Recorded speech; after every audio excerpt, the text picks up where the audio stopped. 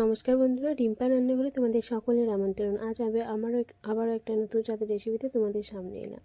আজ আমি ভেটকি মাছ দিয়ে ফুলকপি দিয়ে আলু দিয়ে ঝোল করব। আমি জানি এটা সবাই নিজের নিজের মতো করে বানায়। আমি যেভাবে বানাচ্ছি সেটা আজ তোমাদের সাথে শেয়ার করব। প্রথমে মাছটাকে লবণ আর হলুদ দিয়ে মাখিয়ে নেব।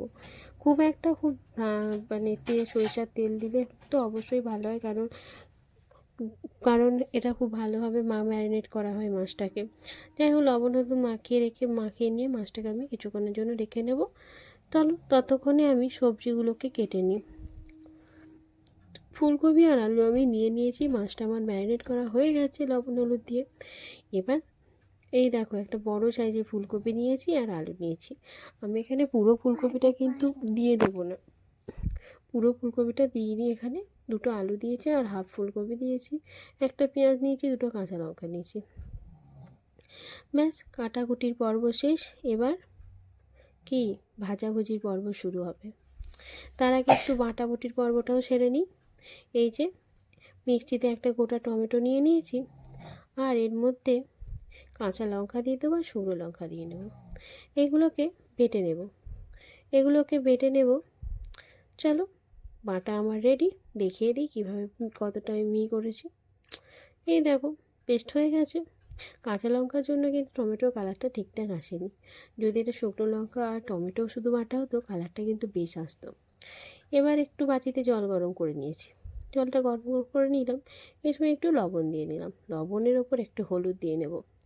হলুদটা যখন দিয়ে নেব, তারপরে একটু ফুটতে দেব। ফোটা হয়ে গেলে এর মধ্যে ফুলকপিগুলো দিয়ে দেব। ফুলকপিগুলো এই লবণ আর হলুদের জলে মেশানোর একটাই কারণ, যে যাতে ফুলকপিগুলো মানে 2-3 মিনিট একটু ভাপিয়ে ফেলে দেবে জলটা। তাহলে ফুলকপির যে একটা ভ্যাপসা গন্ধ থাকে সেটাও চলে যায়, আর ফুলকপিটা হলুদ কালারও হয়ে যায়। ভাজার সময় এক্সট্রা আর কোনো হলুদের প্রয়োজন পড়ে না। ওই তেল কড়াতে বসিয়ে দিয়েছি। তেল কড়াতে বসানোর পর এর মধ্যে আমি ফুলকপিগুলোকে দিয়ে নিলাম। দেখতেই পাচ্ছ, ফুলকপিগুলোকে দিয়ে নিয়ে একটু লাল লাল করে ভেজে নেব। আলাদা করে কিন্তু আর ফুলকপিগুলোতে কিছু দিতে হয়নি। দেখতেই পাচ্ছ, হলুদ দিইনি আমি। এবার এই তেলের মধ্যেই ফুলকপিগুলোকে ভেজে নেব। ভেজে নেওয়ার পর যখন দেখবো একটু লাল লাল কালার এসছে, সেই সময়তেই কিন্তু ফুলকপিগুলো আমি তুলে নেব। ফুলকপি ছাড়া এখন যেহেতু শীতকাল চলছে, অনেক ফুলকপির অনেক রেসিপি বানানো যায়। আর ফুলকপি দেখতে এতটা সুন্দর লাগে না, রাস্তায় দিয়ে গেলে মানে আমি না নিয়ে আর লোভ সামলাতে পারি না। খাই কিন্তু ফুলকপি কিনতে বেশ ভালো লাগে। তারপরে যাই হোক, লবণ আর হলুদ দিয়ে আলুগুলোকেও একটু ভেজে নেব, বুঝলে তো। আলুগুলোকে একটু লাল লাল করেই ভাজবো। ভেজে এই আলুগুলোকে তুলে নিলাম। দেখতে পাচ্ছ, আলুগুলো দেখো, আবার ভাজতে গিয়ে পুড়িয়ে ফেলো না, তাহলে কিন্তু খারাপ লাগবে খেতে। আমি এবার আলুগুলোকে ভেজে নিয়েছি, তুলে নিলাম। এবার বাকি যে তেলটা পড়ে আছে, এই তেলের মধ্যে মাছগুলোকেও কিন্তু ভেজে নেব। ভেটকি মাছটা কিন্তু একটু ভালোভাবেই ভাজবো। মানে রুই মাছ যেমন আমি খুব একটা ভাজি না, তেমন কিন্তু এটা করবো না। ভেটকি মাছটা একটু ভালো মতোই ভেজে নেব। ভেটকি মাছগুলো একে একে সব দিয়ে নিলাম। ব্যাস, দিয়ে নেওয়ার পর আর কি, অপেক্ষা করবো একটু লাল লাল হওয়ার 1 পিঠ, তারপরে উল্টে দেব। ব্যাস, 1 পিঠ লাল লাল হয়ে গেছে, উল্টে দিলাম।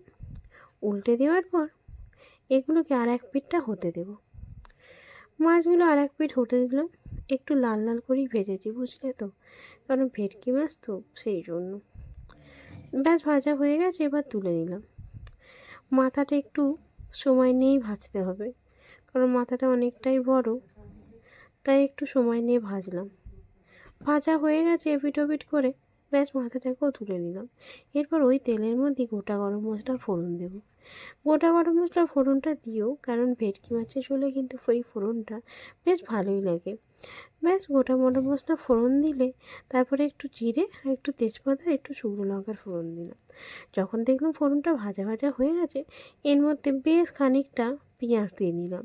একটা বড় সাইজের পেঁয়াজ দিয়েছি, কারণ মশলাতে আমি সাধারণত মাছের ঝালে মাছের ঝাল বলো ঝোল বলো, খুব একটা পেঁয়াজ আমি ব্যবহার করি না, কিন্তু এই রেসিপিটা একটু পেঁয়াজের ব্যবহারটা করেছি।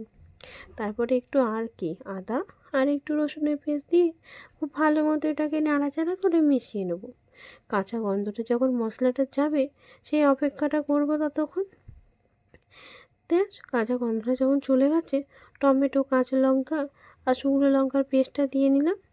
দেখো আবার বেশি ঝাল না হয়ে যায়। আমি কিন্তু আমার পরিমাণ অনুযায়ী দিয়ে নিয়েছি, মানে আমার বাড়িতে সবাই যেরকম ঝাল খায় সেই অনুযায়ী দিয়ে নিয়েছি। ব্যাস টমেটোটাকে দিয়েও কিন্তু বেশ কিছুক্ষণ কষিয়েছি। কষানোর পর একটু হলুদ গুঁড়ো, একটু জিরে গুঁড়ো আর কালারের জন্য একটু ধনিয়া গুঁড়ো দিয়ে লঙ্কার গুঁড়ো দিলাম, কাশ্মীরি লঙ্কার গুঁড়ো, একটু ধনিয়া গুঁড়ো দিয়ে নেব।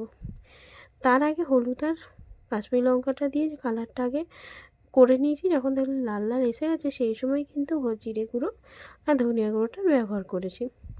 জিরে গুঁড়ো, ধনিয়া গুঁড়োটা দিয়েও মশলাটাকে একটু কষিয়ে নেব। খুব একটা বেশি কষাবো না, জাস্ট একটু সামান্য মতো কষিয়ে নেব।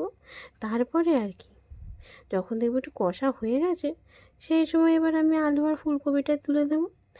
দেখো ফুলকপিটা কিন্তু ভাপাতে গিয়ে খুব একটা বেশি ভাপিয়ে ফেলো না, তাহলে কিন্তু ফুলকপি রান্না শেষে দেখবে গলে পাঁক হয়ে গেছে, তাহলে কিন্তু আর খেতে ভালো লাগবে না। আমার কথাটা শুনে আমার ছেলেও পাশ থেকে হাসছে।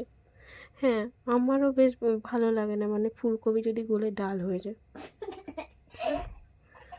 তারপরে বেশ কিছুক্ষণ আর কি কষিয়ে নিলাম। যখন দেখলাম যে মশলা থেকে খুব ভালো মতো তেল ছেড়ে দিয়েছে এই সময় একটু গরম জল ব্যবহার করব। তোমরাও চাইলে কিন্তু গরম জলে ব্যবহার করতে পারো, আমি কিন্তু গরম জলেরই ব্যবহার করেছি। তারপরে ব্যাস ফুটতে দেবো একটু ঝোলটা। যখন দেখবো খুব ভালো মতো ফুটে উঠেছে সেই সময় এবার মাছগুলোকে দিয়ে দিলাম। মাছগুলোকে দিয়ে একটুখানি হতে দেব। মাছগুলো দেখবো যখন খুব ভালো মতো হয়ে গেছে সেই সময় আর কি মাছগুলোকে দিয়ে অবশ্য একটু ঝোলের সাথে মিশিয়ে নিতে হবে, কারণ মাছগুলোকে না যদি মেশাই তাহলে আর মাছগুলো ডুববে না। বেশ কিছুক্ষণ ফুটিয়ে নিলাম, দেখলাম আলু ফুলকপি খুব ভালো মতো সিদ্ধ হয়ে গেছে, মাছের ফ্লেভারটা ঝোলের মধ্যে চলে এসছে। এই সময় একটু ধনেপাতা দিয়ে আর তোমরা যদি চাও একটু গরম মশলা দিয়ে এটাকে একটু নামিয়ে নিও, কিন্তু আমি আর গরম মশলা দিইনি প্রথমে, যেহেতু গোটা গরম মশলা ব্যবহার করেছি। ঢেকে রেখেছিলাম গ্যাসের ফ্লেমটা 5 মিনিট বন্ধ করে। দেখো কালারটা কিন্তু খুব সুন্দর এসছে। গরম গরম ভাতে কিন্তু এটা ভালো লাগে ভীষণ। এই দেখো কত সুন্দর নামানোর পর কালারটা দেখাচ্ছে। একবার বানিয়ে খেও, ভালো লাগবে। ধন্যবাদ।